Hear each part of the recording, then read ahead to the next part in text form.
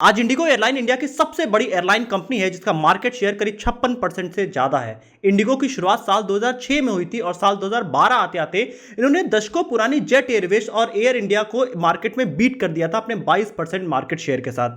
अगर हम financial year 2010 की बात करें तो जहां जेट एयरवेज का लॉस करीब 467 करोड़ था, स्पाइस जेट का नेट लॉस करीब 605 करोड़, किंगफिशर एयरलाइन का 1647 करोड़ और वहीं सरकारी कंपनी एयर इंडिया का लॉस करीब 5400 करोड़ था।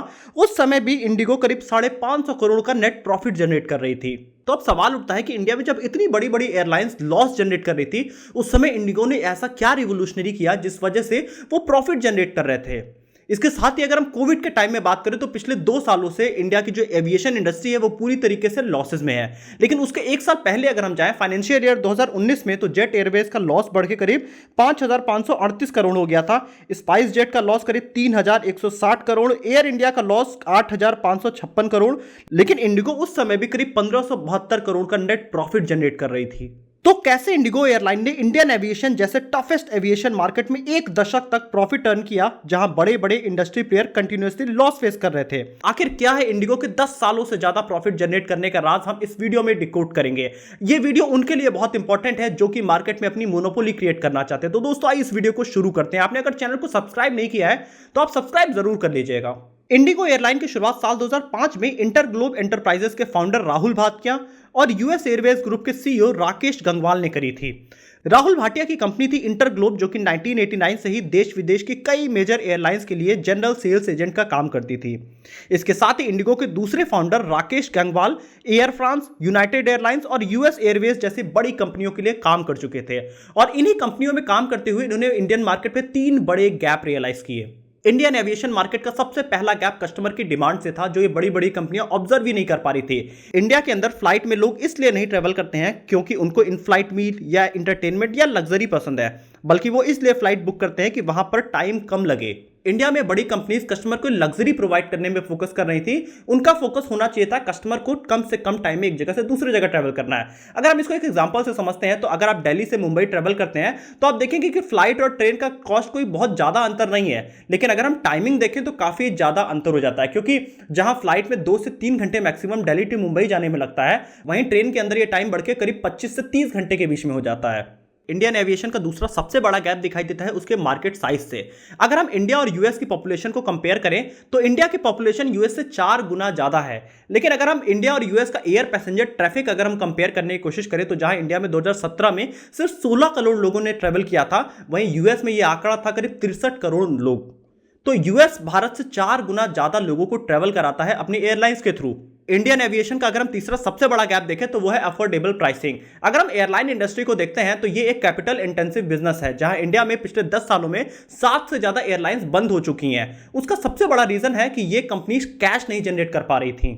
और इंडिया एक डेवलपिंग कंट्री है जहां इंडियन मार्केट में एक एयरलाइन कंपनी को प्रॉफिट अर्न करने के लिए अपने किराए को उस लेवल पर लाना होगा कि मोस्टली इंडियन उसे अफोर्ड कर सकें। और इन तीनों गैप को फिलफिल करने के लिए जन्म होता है इंडिगो का, जो कि इंडिया की सबसे बड़ी बजट एयरलाइंस बनी। इंडिगो ने साल 2005 में ही A320 एयरक्राफ्ट का करीब 100 ऑर्डर दे दिए एयरबस को। यह उस समय की हिस्ट्री का सबसे बड़ा ऑर्डर था। अगर आज के डेट में अगर हम देखें तो टाटा ने सबसे बड़ी डील की है बोइंग और एयरबस से। एक्चुअली उस समय जब भारत में देखें तो एयरबस का नाम भारत में काफी खराब हो चुका था, क्योंकि 1990s के टाइम में एयरबस से कई सारे एयरक्राफ्ट कैश हुए थे, जिस वजह से भारत में लोग एयरबस के एयरक्राफ्ट कंपनीज नहीं खरीद रही थी। और उस समय एयरबस इंडिया में वापसी करना चाहती थी, जिस वजह से यह डील इंडिगो और एयरबस के लिए बहुत ही इंपॉर्टेंट थी। और यहां पे इंडिगो ने इसका बहुत फायदा उठाया। उन्होंने काफी सारे हैवी डिस्काउंट्स पे ये 100 एयरक्राफ्ट खरीदे थे। इन सारे एयरक्राफ्ट को खरीदने के साथ ही इंडिगो ने सारे एयरक्राफ्ट बेच दिए बीओसी जैसे कंपनीज को, जो कि एयरक्राफ्ट को लीज पे दिया करती थी। अब इन्होंने हैवी डिस्काउंट पे ये सारे एयरक्राफ्ट खरीदे थे और इसको नॉर्मल प्राइस पे इन्होंने बीओसी कंपनी को बेच दिया। अब उसके तुरंत बाद इन्होंने उस कंपनी से ही लीज पे ले लिया। अब बीओसी को इसको सबसे बड़ा फायदा क्या हुआ, एक तो उनको बहुत ही नॉर्मल रेट पे इनको एयरक्राफ्ट मिल गए थे, दूसरे उनको एक ऐसी कंपनी मिल गई थी जो ये सारे एयरक्राफ्ट उनसे लीज पे ले रही थी। इस sale and lease back model से इंडिगो को 2 बड़े फायदे हुए। यहां पे इन्होंने एयरबस से काफी हैवी डिस्काउंट पे एयरक्राफ्ट खरीदा और उसको बीओसी कंपनीज को बेच दिया, जिस वजह से उसमें बीच में इनको करीब 5 से 7 मिलियन डॉलर का प्रॉफिट हो गया, जिस वजह से इनका कैश फ्लो पॉजिटिव बना रहा। दूसरा बड़ा फायदा हुआ कि इन्होंने तुरंत इसको जब लीज पे उसी कंपनी से ले लिया तो यहां पे इनको नए नए एयरक्राफ्ट मार्केट में मिल गए, जिस वजह से जो नए एयरक्राफ्ट होते हैं उनका मेंटेनेंस कॉस्ट काफी कम होता है, वो काफी फ्यूल इफिशिएंट होते हैं, तो यहां पे उनका काफी सारा पैसा बच गया। इंडिगो का दूसरा सबसे बड़ा कॉस्ट कटिंग मॉडल था कि उन्होंने रियलाइज किया कि इंडिया में सबसे लंबी रूट की इंडिगो की फ्लाइट थी दिल्ली टू पोर्ट ब्लेयर, जो कि करीब 5 घंटा 40 मिनट की होती थी। तो उन्होंने रियलाइज किया कि 5-5.5 घंटे की फ्लाइट में लोगों को एंटरटेनमेंट, इन फ्लाइट मील, ये सब चीजों की जरूरत नहीं होती है, जिस वजह से ये सारी चीजें उन्होंने हटा दिया। फ्लाइट के अंदर मील और एंटरटेनमेंट जैसे सर्विसेज हटाने से भी इंडिगो को 2 बड़े प्रॉफिट हुए। सबसे पहली चीज, इन दोनों चीजों को हटाने की वजह से जो एयरक्राफ्ट का कस्टमर को कॉस्ट आता था वो करीब 1000 से 1500 रुपए कम हो गया। दूसरा बड़ा प्रॉफिट हुआ कि जब एंटरटेनमेंट की चीजों को आपने हटा दिया तो वहां पे उन चीजों को मेंटेनेंस कम हो गई, और इसके साथ ही इन चीजों को हटाने की वजह से उसका जो वेट होता था एयरक्राफ्ट का वो कम हुआ, जिस वजह से एयरक्राफ्ट की इफिशियंसी बढ़ गई। तीसरी स्ट्रेटजी जो कि इंडिगो को एक कंपटीटिव एडवांटेज देती है वो है स्टैंडर्डाइजेशन ऑफ फ्लाइट स्टाफ और पायलट। यहां पे इंडिगो ने अपने जितने भी फ्लाइट्स हैं उनमें करीब 85% से ज्यादा फ्लाइट्स उन्होंने A321 या A320 जैसी 2 फ्लाइट्स रखी, जिस वजह से पूरा प्रोसेस स्टैंडर्ड हो गया। अब यहां पे जो अपने एम्प्लॉयज को ट्रेन करने का जो कॉस्ट आता था वो यहां पे काफी कम हो गया, क्योंकि सेम तरीके की फ्लाइट थी, तो यहां पे ट्रेनिंग का कॉस्ट काफी ज्यादा रिड्यूस हो गया। अब यहां पे अगर कोई भी एम्प्लॉय उनको छोड़ के जाता है तो नए एम्प्लॉयज को ट्रेन करना ईजी हो गया, और इसके साथ ही इंडिगो कोई लग्जरी सर्विसेज तो ऑफर कर नहीं रही थी, जिस वजह से यहां पे इनको एयर होस्टेस को एक्स्ट्रा ट्रेनिंग देने की भी जरूरत नहीं पड़ी, और यहां पे भी इंडिगो ने काफी सारे पैसे अपने ट्रेनिंग में बचा लिए। इंडिगो अपने फ्लाइट में कोई भी बिजनेस क्लास या इकोनॉमी क्लास ऑफर नहीं करती है, वो एक स्टैंडर्ड सर्विस प्रोसीजर को फॉलो करते हैं। इससे इंडिगो को एयर होस्टेस और अदर सर्विस स्टाफ को ट्रेनिंग करने का खर्चा काफी ज्यादा कम होने लगा।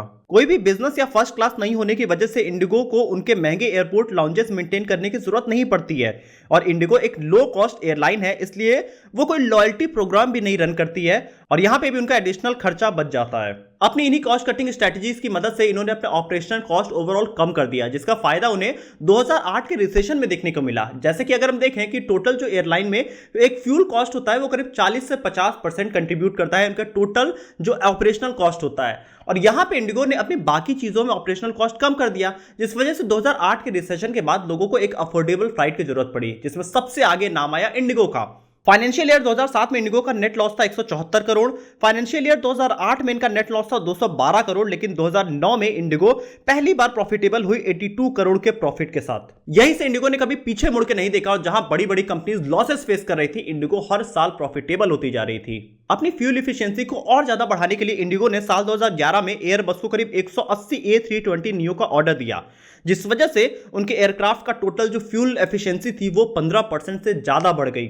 और नई फ्लाइट्स खरीदने के साथ ही इंडिगो को साल 2011 से ही अलाउ हो गया कि वो अब इंटरनेशनली अपनी फ्लाइट्स उड़ा सकते हैं, लेकिन अब इनको डोमेस्टिक मार्केट में बड़ा कंपटीशन मिलना शुरू हो गया, क्योंकि जब बाकी एयरलाइंस ने देखा कि इंडिगो ने एक अफोर्डेबल सर्विस देना शुरू किया है जो कि लोगों को काफी पसंद आ रहा है, तो बाकी एयरलाइंस भी अपनी सर्विसेज लेके आ गई, जैसे कि एयर इंडिया की air India express, jet Airways की जेट लाइट, इसके अलावा स्पाइस जेट और गो फर्स्ट जैसी लो कॉस्ट एयरलाइन भी इंडिया में एग्जिस्ट करने लगी।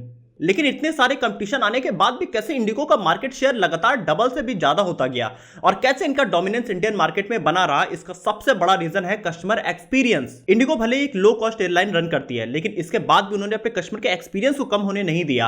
साल 2009 के पहले हम देखें तो इंडियन कस्टमर के माइंड में लो कॉस्ट एयरलाइन के प्रति एक निगेटिव परसेप्शन बना हुआ था कि लो कॉस्ट एयरलाइन अनरिलायबल होती है, वहां पे पुराने प्लेन यूज किए जाते हैं, वहां का चेक इन प्रोसीजर नहीं सही होता है, और फ्लाइट्स काफी ज्यादा लेट हो जाया करती है। लेकिन इंडिगो ने ये सारे परसेप्शन को बदल दिया, और इस सब के पीछे रिस्पॉन्सिबल है इंडिगो के एम्प्लॉयज। किसी भी कंपनी में सीईओ जितना भी अच्छा हो, अगर उस कंपनी के एम्प्लॉयज नहीं अच्छे होंगे तो कंपनी आगे नहीं बढ़ सकती है। लेकिन इंडिगो के एम्प्लॉयज इंडिगो में काफी बेहतर काम किया, जिस वजह से साल 2008 से लेकर 2015 तक इंडिगो को बेस्ट प्लेस टू वर्क का इनको अवार्ड भी मिला। इसके साथ ही साल 2021 में भी ये अवार्ड इन्हीं को गया था। अपने एम्प्लॉयज के दम पर साल 2021 में इंडिगो दुनिया की तीसरी सबसे बड़ी पंक्चुअल एयरलाइन बनी। इंडिगो के जो एम्प्लॉय होते हैं वो इतने ज्यादा ट्रेंड होते हैं कि वो 6 मिनट के ही अंदर पूरे जो फ्लाइट है उसको खाली करा लेते हैं, और 30 मिनट के ही अंदर उसको दूसरी फ्लाइट उड़ाने के लिए बिल्कुल रेडी कर देते हैं। और यही रीजन है कि ऑन एन एवरेज इंडिगो की एक फ्लाइट डेली कम से कम 10 से 11 घंटे ट्रेवल करती है, वहीं बाकी कंपनीज की जितनी भी फ्लाइट है वो 7 से 9 ही घंटे खाली ट्रेवल करती हैं। इंडिगो का लोड फैक्टर उनके कंप्यूटर से हमेशा ही ज्यादा रहता है। लोड फैक्टर ज्यादा होने का मतलब है कि ज्यादा सीट्स ऑक्यूपाई है किसी भी एयरक्राफ्ट में। यहां पे इंडिगो की एक और बड़ी स्ट्रेटजी देखने को मिलती है। इंडिगो को पता है कि वो एक लो कॉस्ट एयरलाइन है, तो मतलब इसका यह है कि उनके यहां जब ज्यादा से ज्यादा कस्टमर बैठेंगे तो ही इंडिगो प्रॉफिटेबल होगी, और अगर कम कस्टमर ट्रेवल करेंगे तो इंडिगो को प्रॉफिट नहीं होगा। तो यहां पे इंडिगो ने देखा कि इंडिया में बहुत सारे रूट्स पे एयरलाइन ट्रेवल करती हैं, लेकिन कुछ ही ऐसे रूट्स हैं जहां पे डेंसली पॉपुलेटेड एयरलाइंस होती हैं, मतलब वो एरिया जहां पे बहुत ज्यादा कस्टमर ट्रेवल करते हैं, इंडिगो वहीं पे अपनी फ्लाइट ज्यादा रन किया करती है, जिस वजह से इंडिगो प्रॉफिटेबल है। और बहुत से ऐसे लोकेशन है जहां पे बहुत ही कम पैसेंजर फ्लाइट में ट्रेवल करते हैं, तो वहां पे उस रूट पे इंडिगो अपनी फ्लाइट ले ही नहीं जाती है। इंडिगो के पास 300 एयरक्राफ्ट हैं जो कि वो करीब 100 डेस्टिनेशन पे ट्रैवल किया करती है। इसका मतलब है कि इनका एयरक्राफ्ट टू डेस्टिनेशन रेशियो 3 आता है।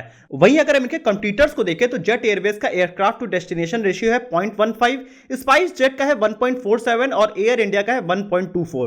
तो इससे यह क्लियर होता है कि इंडिगो अपने किसी भी डेस्टिनेशन पे अपने कंपटीटर्स के मुकाबले ज्यादा फ्लाइट्स भेजा करती है। तो इस पूरी वीडियो में हमें समझ में आता है कि इंडिगो ने अपनी कॉस्ट कटिंग किया, जिस वजह से उन्होंने एक अफोर्डेबल फ्लाइट बनाया और जिस वजह से इंडियंस ज्यादा उसमें ट्रेवल करने लगे। मैं आपको 3 और स्ट्रैटेजी बताता हूं जो कि दिखने में तो छोटी लगती हैं, लेकिन इसने इंडिगो के जो टोटल ऑपरेशनल कॉस्ट थे उसको कम करने में काफी ज्यादा मदद किया।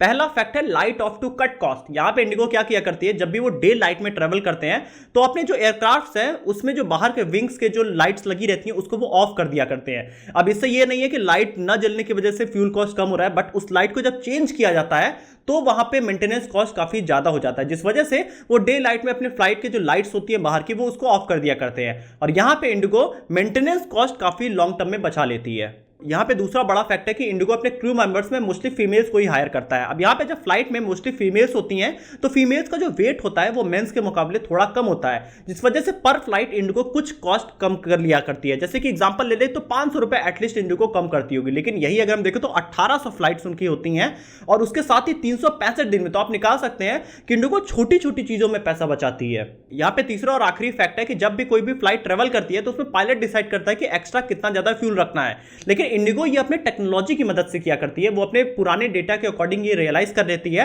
कि एक फ्लाइट में कितने ज्यादा यहां पे एक्स्ट्रा फ्यूल की जरूरत है, जिस वजह से वो उतना ही फ्यूल इसमें स्टोर करते हैं, और जब डेटा किसी भी टेक्नोलॉजी या फिर कंप्यूटर से इनके जनरेट होता है तो फिर वो डेटा काफी ज्यादा एक्यूरेट होता है, जिस वजह से यहां भी इंडिगो अपने काफी ज्यादा कॉस्ट कट करती है। इंडिगो ने अपने इन्हीं स्ट्रेटजीज की वजह से अपने कॉस्ट बहुत ज्यादा कम किया, जिस वजह से उन्होंने इंडिया में अपनी मोनोपोली क्रिएट कर लिया। अगर आप पूरे इंडियन मार्केट में देखें तो 56% से ज्यादा इनका मार्केट शेयर है। ये कंप्लीट एक मोनोपोली है एक अकेले कंपनी की। इसके साथ ही इंडिगो ने अपने आप को बाहर की कंट्रीज में भी एक्सपेंड करना शुरू किया, जिस वजह से उन्होंने यहां पे तुर्किश एयरलाइन के साथ भी कोलैबोरेशन किया है ताकि वो इंटरनेशनली अपने आप को एक्सपेंड कर सकें।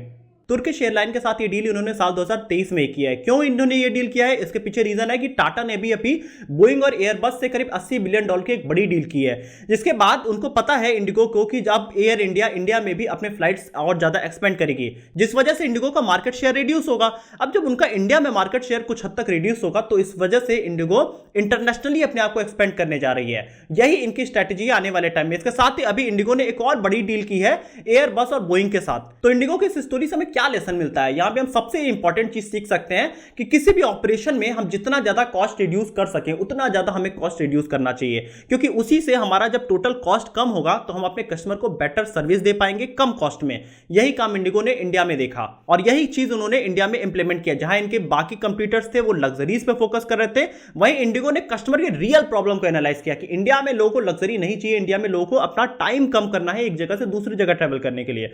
तो अगर आप अपने बिजनेस में रियल प्रॉब्लम को एनालाइज करते हैं तो आप उसका रियल सॉल्यूशन दे सकते हैं। वीडियो अच्छी लगी तो वीडियो को लाइक करिएगा, चैनल को सब्सक्राइब करिएगा और बेल आइकन भी प्रेस करिएगा, और कमेंट ऑप्शन में लिख के बताइएगा आपको और कैसी केस स्टडीज चाहिए।